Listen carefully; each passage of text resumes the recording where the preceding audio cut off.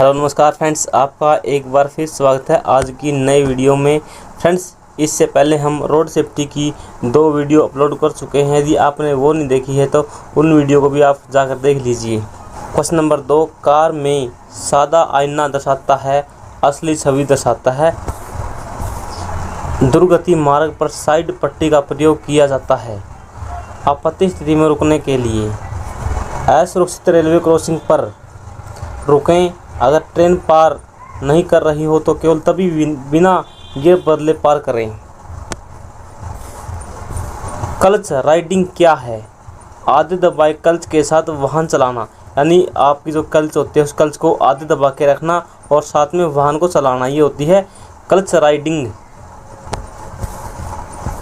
अगर 45 किलोमीटर प्रति घंटे की गति से वाहन चला रहे हो तो आगे की कार से सुरक्षित दूरी होनी चाहिए 3 कार की लंबाई के, यानी आपके सामने एक कार है और आप यहाँ पर हैं और बीच में 3 कार की लंबाई की दूरी होनी चाहिए यदि आपकी कार की गति 45 किलोमीटर प्रति घंटा की रफ्तार से है। याद रखेंगे। भारत में सड़क दुर्घटनाओं में होने वाली औसत वार्षिक जान हानि 1,35,000 लोग मरते हैं।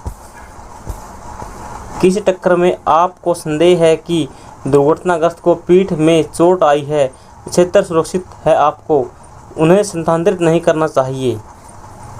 आप अभी दुर्घटना स्थल पर पहुंचे हैं, आपको क्या करना चाहिए? इंजन बंद करें और आपातकालीन सेवाओं को फ़ोन करें, क्योंकि इंजन बंद करना चाहिए सबसे पहले, आग न लगे वाहन में, इसलिए उसके बाद आपातकालीन फ़ोन सेवा का प्रयोग करें। द्विमार्गी रास्ते पर आपका वाहन खराब हुआ है, आप चेतावनी त्रिकोण कहाँ प्रदर्शित करेंगे?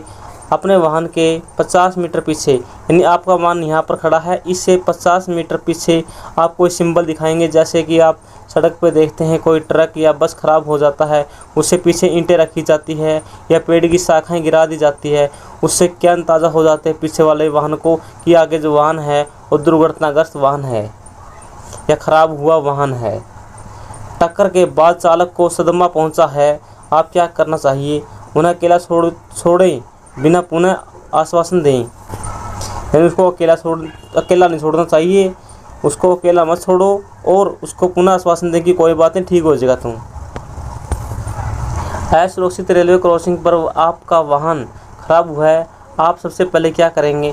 सबको वाहन से बाहर निकालें और क्रॉसिंग को खुला करें। एक दुर्घटना का शिकार व्यक्ति बेहोश है, आपका मुख्य प्राथमिकता क्या है? सुनिश्चित करें कि वे सांस ले रहे हैं, वायु मार्ग को खुला करें और बाहरी रक्तस्राव को रोकें। टक्कर की जगह पर आपको निम्न में से क्या नहीं करना चाहिए? सभी बेहोश पीड़ितों को पानी दें। दुर्घटना स्थल पर दुर्घटनाग्रस्त व्यक्ति ने सांस लेना बंद कर दिया है, आपको वायु मार्ग को खुला करने के लिए सिर को धीरे धीरे पीछे की ओर झुकाना चाहिए। सुरंग में आपका वाहन खराब हुआ है तो आप क्या करेंगे? खतरे की बत्ती है उसको चालू करें और मदद के लिए तुरंत बुलावा दें। जो खतरे की बत्ती होती है उसको चालू कर दें और जो मदद के लिए बाहर से बुलावा को जल्दी करें, आपातकालीन संपर्क करें। आपका वाहन एक रेलवे क्रॉसिंग के बीच में ठप हो गया है, यानी कोई रेलवे लाइन है, यहाँ से आपका वाहन गुजर रहा है लेकिन वो रास्ते में ही बीच में ही वाहन खराब हो गया है और आप इंजन को पुनः शुरू नहीं कर पा रहे और आपकी गाड़ी या बाइक पुनः स्टार्ट नहीं हो रहा है। बाइक के लिए ये प्रॉब्लम नहीं हो सकती, गाड़ियों के लिए हो सकती है, क्योंकि बाइक को तो आप उठा कर ले जा सकते हैं। ट्रेन आगमन घंटी शुरू हो गई है, ट्रेन की आने की घंटी शुरू हो गई, तो आप क्या कर सकते हैं? बाहर निकलें और क्रॉसिंग को खुला करें, यानी वहाँ से बाहर निकल जाएं और क्रॉसिंग को खुला कर दें। आप एक सुरंग में हैं, आपके वाहन में आग लग गई है और आप उसे चला नहीं सकते हैं, तो आप क्या करेंगे? आग बुझाने का प्रयास करें और खतरे की चेतावनी वाली बत्ती को जला दें। एक दुर्घटनाग्रस्त व्यक्ति सांस नहीं ले रहा है, परिसंचरण बनाए रखने के लिए दबाव दिया जाना चाहिए। 4 से 5 सेंटीमीटर। सुरंग में वाहन चलाने से पहले आपको क्या करना चाहिए? अपना धूप का चश्मा निकालें। आपने मोटरसाइकिल चालक को घायल किया है, वह सड़क पर बेहोश है, तो आपको क्या करना चाहिए? चिकित्सक सहायता मांगनी चाहिए और आपातकालीन कॉल कर देना चाहिए सहायता के लिए, और तुरंत एम्बुलेंस बुलानी चाहिए या आसपास के लोगों से सहायता मांगनी चाहिए। कई क्या करते हैं कि मोटरसाइकिल में गाड़ी ठोकी और भाग जाते हैं। ऐसा नहीं करना चाहिए। जो मोटरसाइकिल वाला व्यक्ति दुर्घटनाग्रस्त हुआ है उसकी जान बचानी चाहिए। आप एक दुर्घटना स्थल पर पहुंचे हैं, मोटरसाइकिल चालक बेहोश है, आपकी पहली प्राथमिकता होगी दुर्घटनाग्रस्त पर सांस ले रहा है या नहीं, यानी किसी सांस उसको ज़रूरी लेना चाहिए। बेहोश है तो ये देखें कि उसको सांस आ रहा है या नहीं अच्छे से। अभी एक टक्कर हुई है, एक घायल व्यक्ति व्यस्त सड़क पर पड़ा है, आपको पहले क्या करना चाहिए? यातायात की चेतावनी देनी चाहिए, यानी हॉर्न बजाना चाहिए आपको। टकराव के कारण वाहन चालक जलने लगा है, जलना ठंडा करने का कम से कम समय क्या है? 10 मिनट। एक घटना में दुर्घटनाग्रस्त बेहोश है, हमें तत्काल क्या करना चाहिए? श्वसन मार्ग और श्वसन परिसंचरण देखना चाहिए। आप रात में अप्रकाशित सड़क पर एक अन्य वाहन के पीछे वाहन चला रहे हैं, आपको कम बीम वाली हेडलाइट का प्रयोग करना चाहिए। यानी ये आपका वाहन जा रहा है और पीछे से एक वाहन आ रहा है, जो पीछे वाला वाहन है इसको जो हेडलाइट है वो छोटी प्रयोग करनी चाहिए, यानी कम बीम वाली लाइट प्रयोग करनी चाहिए। और आगे वाले को कैसी लाइट यूज़ करनी चाहिए?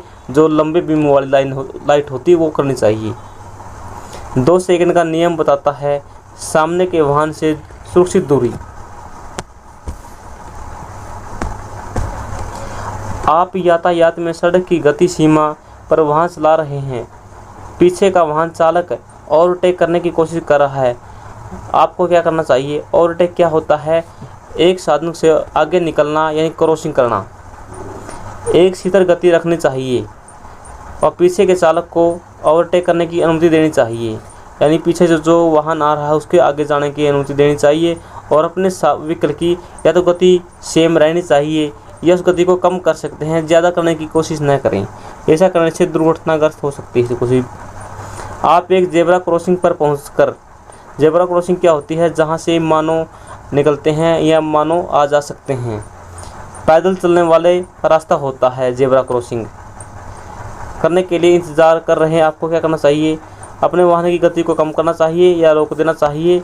और जो जेब्रा क्रॉसिंग से पैदल यात्री निकल रहे हैं, पहले इनको निकलने देना चाहिए। ईंधन भरने के बाद बाहर गिरने से बचने के लिए आपको यह सुनिश्चित करना चाहिए कि आपका फ्लिपर कैप सुरक्षित रूप से बंद है। यानी आप तेल भरने के बाद या गैस भरने के बाद जो आपकी टंकी होती है तेल की, उस टंकी का जो ढक्कन होता है वो अच्छी तरह से देखें बंद है या नहीं। उसे क्या बोला जाता है? फ्लिपर कैप बोला जाता है, याद रखेंगे टंकी के ढक्कन को।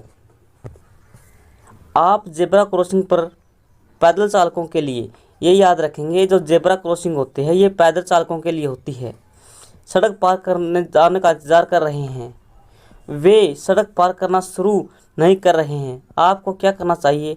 धैर्य रखें और इंतज़ार करना चाहिए। यानी कोई जेब्रा क्रॉसिंग है और वहाँ से यात्री निकल रहे हैं, लेकिन वो यहीं पर खड़े हैं, आगे नहीं बढ़ रहे हैं और आप इधर से आ रहे हैं, तो आप क्या करेंगे? अपना धैर्य बनाए रखें और पहले इन यात्रियों को निकलने दें। यानी पैदल यात्रियों को जेब्रा क्रॉसिंग पे पहले निकलने देना चाहिए, उसके बाद अपने वाहन को निकालना चाहिए। आप एक लंबे ट्रक पीछे जा रहे हैं, आपको उससे काफ़ी पीछे रहना चाहिए। आपको आगे सड़क अच्छे से दिखाई दे, इसीलिए यानी कि लंबा ट्रक है, उसके पीछे आप गाड़ी लेकर आ रहे हैं, बाइक ले रहे हैं, तो आपको इसे इतनी दूरी बनाकर रखनी चाहिए कि आपको आगे सड़क स्पष्ट रूप से दिखाई दे। पैदल पार पथ पर आपको लोगों को कभी हाथ नहीं लहराना चाहिए, क्योंकि वहाँ अन्य वाहन आ रहा हो सकता है। ओवरटेक करते समय अतिरिक्त सतर्क रहें। एल मार्क वाले वाहनों को एल का मतलब क्या होता है, लर्नर होता है, सीखने वाले होते हैं। ये आपके अंदर गाड़ी ठोक सकते हैं। जब ये दिखाई दे एल लिखा वाहन पर तो आप बड़ा ध्यान से गाड़ी चलाएं वहाँ से, क्योंकि आप में ये गाड़ी को ठोक सकता है, क्योंकि ये सीखने वाला है अभी। एल चिन्ह वाले शिक्षार्थी लाइक चालक होते हैं। ये शिक्षार्थी चालक का मतलब क्या है, यहाँ पर लर्नर अभी सीख रहे हैं, लर्नर लाइसेंस बना होता है उनका। वाहन को ओवरटेक करने समय सावधानी बरतनी चाहिए। वो बेचैन हो सकते हैं और इससे दुर्घटना हो सकती है। कौन हो सकते हैं, जो एल वाले होते हैं, क्योंकि ये अभी अभी नई गाड़ी या बाइक लेकर रोड पर आया है। ये बेचैन हो सकते हैं और दुर्घटना हो सकती है। वाहन चलाते समय इन्हें टालें। अन्य वाहन चालकों को गलत व्यवहार की प्रतिक्रिया देना, फ़ोन कॉल से ध्यान भंग होना, उपरोक्त दोनों सही हैं। यानी अन्य वाहन को गलत व्यवहार नहीं करना चाहिए कभी भी, ना ही गलत प्रक्रिया करनी चाहिए। फ़ोन कॉल से ध्यान भंग होता है किसी व्यक्ति का, यानी फ़ोन भी आपको यात्रा करते समय नहीं सुनना चाहिए। लंबी यात्राओं पर एकाग्रता के लिए आपको बार बार रुकना चाहिए और आराम करना चाहिए। यदि आप कई किलोमीटर की यात्रा कर रहे हैं तो आपको बीच बीच में आराम करना चाहिए, रुकना चाहिए। इससे क्या होगा, आपका जो दिमाग है, माइंड है, वो फ्रेश होगा और शांति बनी रहेगी और कोई भी उत्तेजना नहीं होगी, किसी प्रकार की दुर्घटना नहीं होगी। रक्षात्मक चालन का क्या मतलब है, सचेत रहना और आगे की सोचना। आप अन्य वाहन में बाधा डालते हुए वाहन खड़ा कर सकते हैं यात्रियों को लेने और छोड़ने के लिए।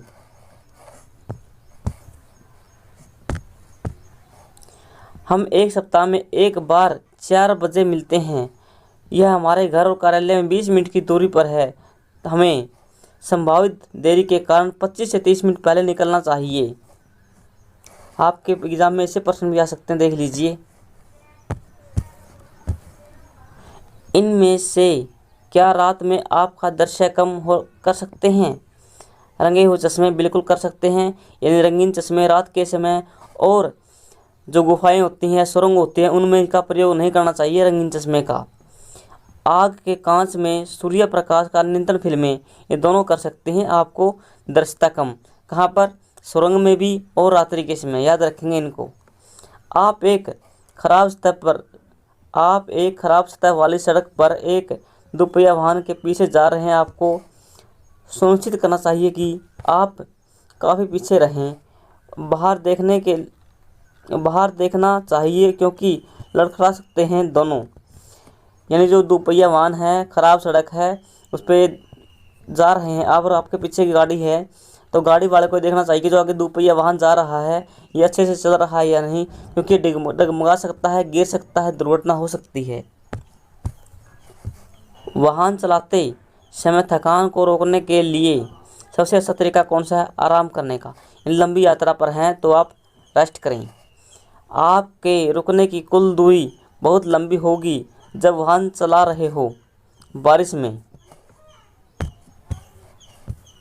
आपको किसी साइकिल चालक को ओवरटेक करने का प्रयास कभी नहीं करना चाहिए संकीर्ण सड़क पर जो काफ़ी चौड़ी नहीं है। यानी संकीर्ण का मतलब क्या होता है, तंग सड़क होती है और जो काफ़ी चौड़ी नहीं है। आपके बाएं मुड़ने के ठीक पहले, ये दोनों सही हैं। जब आप एक बस के पास पहुंचते हैं तो बस स्टॉप से दूर स्थानांतरित होने का संकेत कर रही हो तो आप क्या करेंगे, उसे दूर जाने की अनुमति देनी चाहिए। एक मोटरसाइकिल चालक ने आपको कभी काफ़ी नज़दीक से ओवरटेक किया। आपको सामने मोटरसाइकिल चालक के लिए सुरक्षित जगह बनाने के लिए गति कम करनी चाहिए। आप दुर्गत मार्ग पर तेज़ी से वाहन चला रहे हैं। बड़े भारी वाहन के पास से गुजरते समय आपको अचानक आने वाले झोंकों से सावधान रहना चाहिए और स्टीयरिंग पर दृढ़ नियंत्रण रखना चाहिए। स्टीयरिंग क्या होता है, जिसे हम हैंडल बोलते हैं, उसकी बात है यहाँ पर। आप एक 2 लेन वाले रास्ते पर वाहन चला रहे हैं। आपके आगे वाला वाहन बहुत धीमी गति से आगे बढ़ रहा है। आप सड़क ओवरटेक करने के लिए बिल्कुल खुली है। आपको दाएं हाथ की ओर से वाहन को पार करना चाहिए, यानी एक वाहन इधर जा रहा है, पीछे आप हैं, ये वाहन धीमी गति से चल रहा है और आप वाहन को तेज गति से चला रहे हैं, तो आप इसके इस साइड से वाहन को क्रॉसिंग करेंगे और टेक करेंगे। सुरक्षित वाहन चलाने के लिए आपको ध्यान केंद्रित करने और हो रही सभी चीज़ों पर निगरानी रखने में सक्षम होने की ज़रूरत है। लगातार सड़क को जांचें, आगे देखते हुए, बाजू में देखते हुए, पीछे देखते हुए आईने में, और आगे की ओर चलें। यानी आगे के लिए चलने के लिए आपको कितनी बातों का ध्यान रखना चाहिए देख लीजिए। आप जैसे ही एक चौराहे पर पहुंचते हैं, आपको अपने बाईं और दाईं के यातायात की जांच करनी चाहिए। चौराहे पर प्रवेश से पहले हर वक्त है, चौराहे पर पहुंचने से पहले आपको सभी बातों का ध्यान रखना चाहिए जो यहाँ पर दी गई हैं। वाहन की गति को नियंत्रित करने के लिए कुछ वाहन चालक क्लच का प्रयोग करते हैं। यानी जो वाहन को कंट्रोल करने के लिए कुछ या जो चालक होते हैं किसका प्रयोग करते हैं, क्लच का प्रयोग करते हैं। इसका परिणाम होता है इंजन ब्रेकिंग समाप्त होने से कम नियंत्रण होता है। ढलान पर वाहन की गति बहुत जल्दी से बढ़ेगी, यानी जहाँ पर ढलान होगी वहाँ पर गति बढ़ेगी क्लच दबाने से। और जो ब्रेकिंग है, यानी इंजन में जो ब्रेकिंग होती है वो भी समाप्त हो जाती है क्लच दबाने से। यानी आपको क्लच के सहारे वाहन को कभी भी कंट्रोल नहीं करना चाहिए। पथ संगम पर निम्न में से कौन सा सबसे ज़्यादा असुरक्षित है? मोटरसाइकिल चालक, पैदल यात्री दोनों। पथ संगम क्या होता है? एक रास्ता इधर है, एक इधर है, ये होता है पथ संगम। यहाँ पर मोटरसाइकिल के लिए भी और पैदल यात्रियों के लिए, दोनों के लिए खतरा है। कौन सी परिस्थितियों में अन्य वाहन चालकों को आप पर अपने हेडलाइट चमकने की अनुमति है? उनकी उपस्थिति के बारे में आपको चेतावनी देना। यानी एक वाहन इधर है और एक वाहन इधर से आ रहा है और यहाँ पर तंग रास्ता है, तो जो पहले हेडलाइट देगा वही पहले वाहन गुजारेगा। यहाँ पर ये बात कही गई है। वाहन चलाते समय जांचते रहना महत्वपूर्ण है ताकि आप चारों ओर हो रहा सब कुछ देख सकें। क्या? लगातार आगे और बाजू में देखें। वाहन चलाते समय पीछे देखने के आईने में देखें। यानी दोनों बातें सही हैं बिल्कुल। इनमें से कौन सा कथन सही है? पदयात्रियों के असुरक्षित होने के कारण सड़क के किसी भी भाग पर उनके रास्ते का अधिकार अवश्य मिलना चाहिए। यानी जो पैदल यात्री हैं उनको रास्ते का अधिकार ज़रूरी है किसी प्रकार की सड़क हो उस पर। जब आपने आगे की कार को ओवरटेक करना शुरू कर दिया है, तब आप देखते हैं कि उसकी दाईं सूचक बत्ती ने चमकना शुरू कर दिया है। यानी आप ओवरटेक करना चाहते हैं, उसकी बात है व्हीकल की, तो आप उसके दाईं ओर से करेंगे। ओवरटेकिंग रद्द करें और आईने में देखें, अगर सुरक्षित हो तो ले करें। यानी आगे ये कोई कार जा रही है, पीछे से आप कार लेके आ गए हैं और इस कार की यहाँ से बत्ती जल रही है इधर की, तो आप ओवरटेकिंग नहीं कर सकते क्योंकि ये इधर मुड़ने वाला है वाहन। तो अपनी गाड़ी की गति को धीमा करें और इसके जाने के बाद ही आप क्रॉसिंग करें। यहाँ पर ये बात बताई गई है। सूचक बत्ती का प्रयोग यहाँ पर किसके लिए किया है? इंडिकेटर के लिए किया गया है। आप मूसलाधार बारिश में वाहन चला रहे हैं और आपका वाहन फिसलना शुरू करता है, तो इससे क्या करना होगा?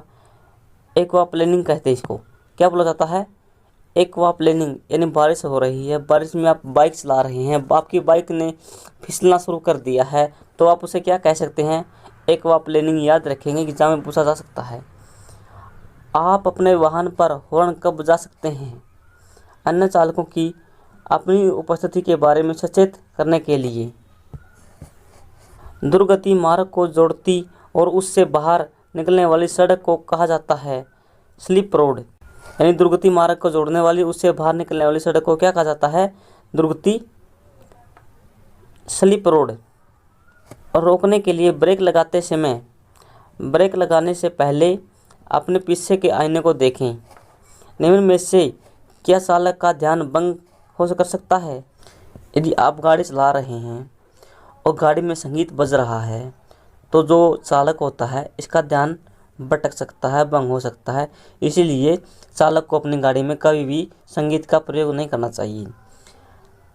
हैंड्स की फ्री मोबाइल का प्रयोग। यानी हैंड्स क्या होता है दोस्तों, जो हैंड फ्री मोबाइल होता है उसका प्रयोग नहीं करना चाहिए, उससे भी जो चालक होता है उसका ध्यान भटक सकता है। वाहन चलाते समय आपको नींद आना शुरू हुई है तो आप क्या करेंगे, रुकने और ताज़ा होने के लिए सुरक्षित जगह खोजें।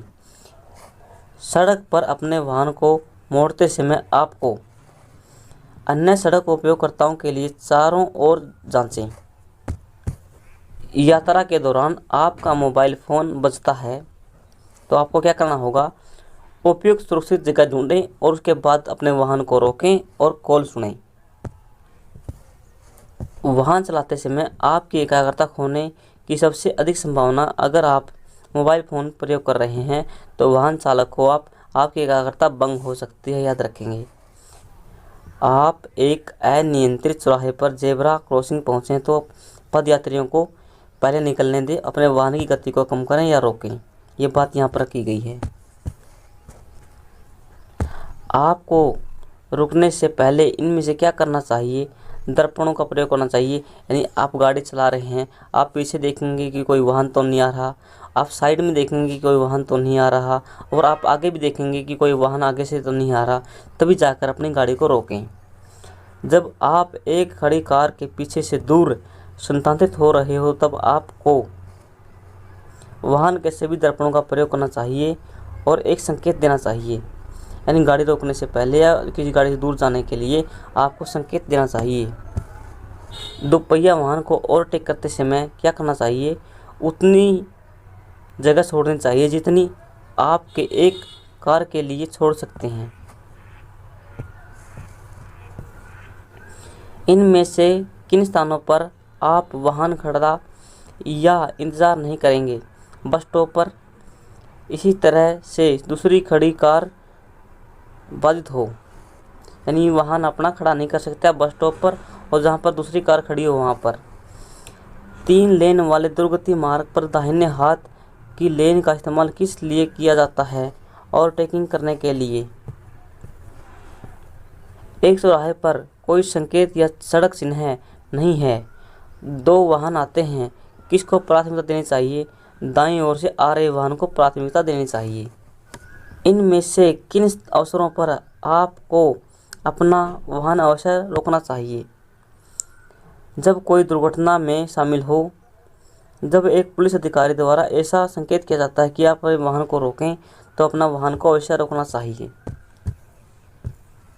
जेब्रा क्रॉसिंग पर पदयात्री पार करने के लिए इंतज़ार कर रहे हैं, वे फुटपाथ पर खड़े हैं, आपको क्या करना चाहिए, स्टॉप लाइन से पहले रुक जाइए और उन्हें पार करने देना चाहिए, धैर्यपूर्वक इंतज़ार करना चाहिए। जब आपको यकीन है कि वाहन पीछे लेना सुरक्षित नहीं है तब आपको बाहर निकलना और जांच करनी चाहिए। आप साइड रोड से मुख्य सड़क पर वाहन पीछे कब ले जा सकते हैं, किसी भी समय नहीं। यानी आपकी जो साइड रोड है उससे पीछे वाहन ले जाना चाहते हैं तो आप कभी वाहन को पीछे नहीं ले जा सकते, क्योंकि पीछे से व्हीकल आ सकते हैं। आप व्यस्त यातायात में दाईं ओर मुड़ने का संकेत कर रहे हैं, आप अपना इरादा सुरक्षित होने की पुष्टि करें, हाथ का संकेत देकर करें, और डिपर भी आप जला सकते हैं।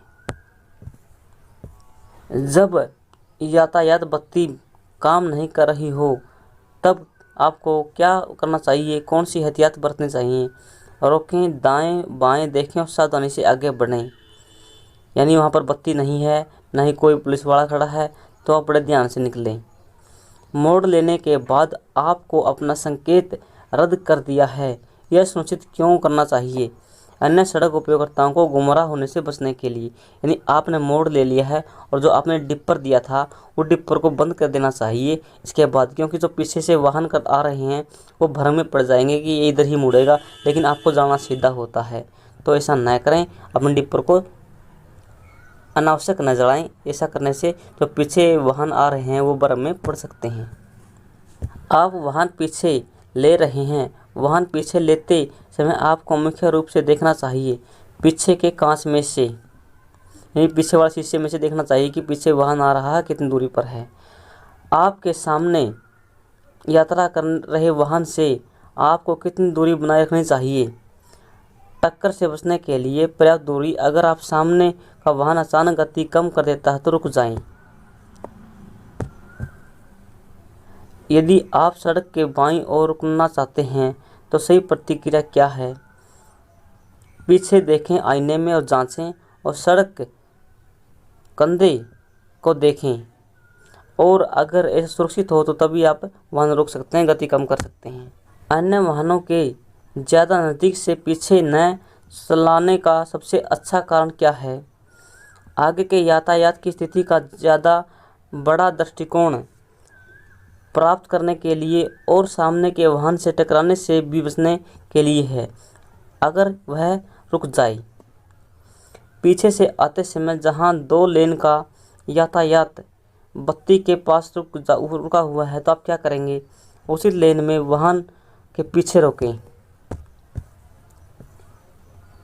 एक पैदल यात्री चौराहे पर सड़क पार कर रहा है तो आपको क्या करना चाहिए? पैदल यात्री को रास्ता का अधिकार है। यानी सबसे पहले किसको अधिकार है? जो पैदल यात्री है उसको रास्ते का अधिकार है। बस स्टॉप पर एक बस दूर स्थानांतरित होने का संकेत करती है तो आप क्या करेंगे? अपनी गति को कम करें और बस को रास्ता दें। तापमापक क्या दर्शाता है? इंजन का तापमान। एक ऑडियोमीटर क्या दिखाता है? वाहन द्वारा काटी गई कुल दूरी। यानी वाहन के द्वारा जो दूरी तय की गई है वो दिखाता है। यदि वाहन चलाते समय आपके साथ दुर्घटना होती है वैध ड्राइविंग लाइसेंस के बिना, तो बीमा कंपनी नुकसान की भरपाई नहीं करेगी।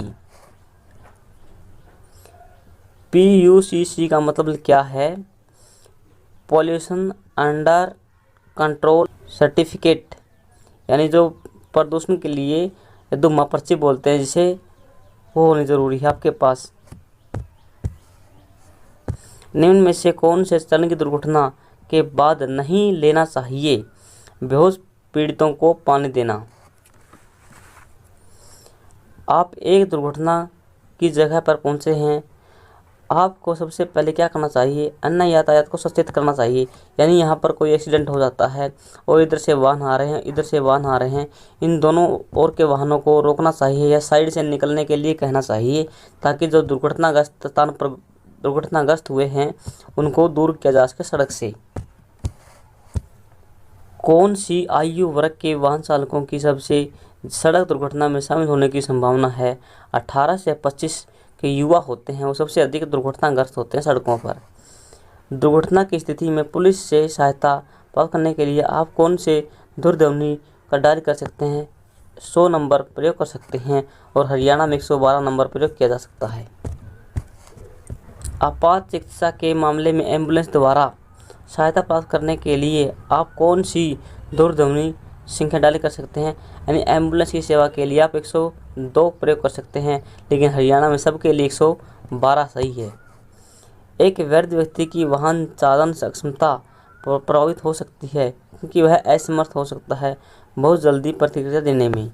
यानी जो बूढ़े व्यक्ति होते हैं उन्हें वाहन नहीं चलाना चाहिए क्योंकि उनकी जो प्रतिक्रिया होती है वो बहुत कम हो जाती है।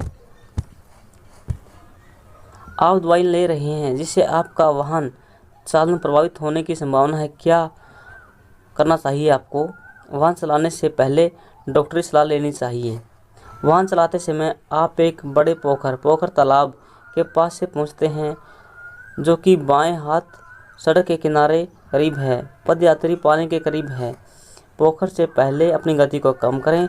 जो पैदल यात्री है वो छींटे से बचाने के लिए अपनी गति को कम करें। जब बुजुर्ग लोग सड़क पार कर रहे हैं तब आपको क्या कदम उठाना चाहिए? धैर्य बनाए रखें और जो बुजुर्ग व्यक्ति हैं इनको सड़क पार करने दें। पहले आप अपनी यात्रा शुरू करने से पहले एक बहस में शामिल हुए हैं और उसने आपको बहुत गुस्सा दिला दिया है, तो आप क्या करें? वाहन चालान शुरू करने से पहले अपने आप को शांत कर लें अच्छे से। एक वाहन चालक के व्यवहार से पहले आपको ठेस पहुंची है, यह आपको मदद कर सकता है यदि आप रोकें और विराम करें। फ्रेंड्स, हमने 3 वीडियो कर दी हैं, 300 प्रश्न हो गए हैं और बाकी के प्रश्न अगली वीडियो में करेंगे। वीडियो को लाइक करें, चैनल को सब्सक्राइब करें और कमेंट में अपनी राय ज़रूर दें आपको वीडियो कैसी लगी है।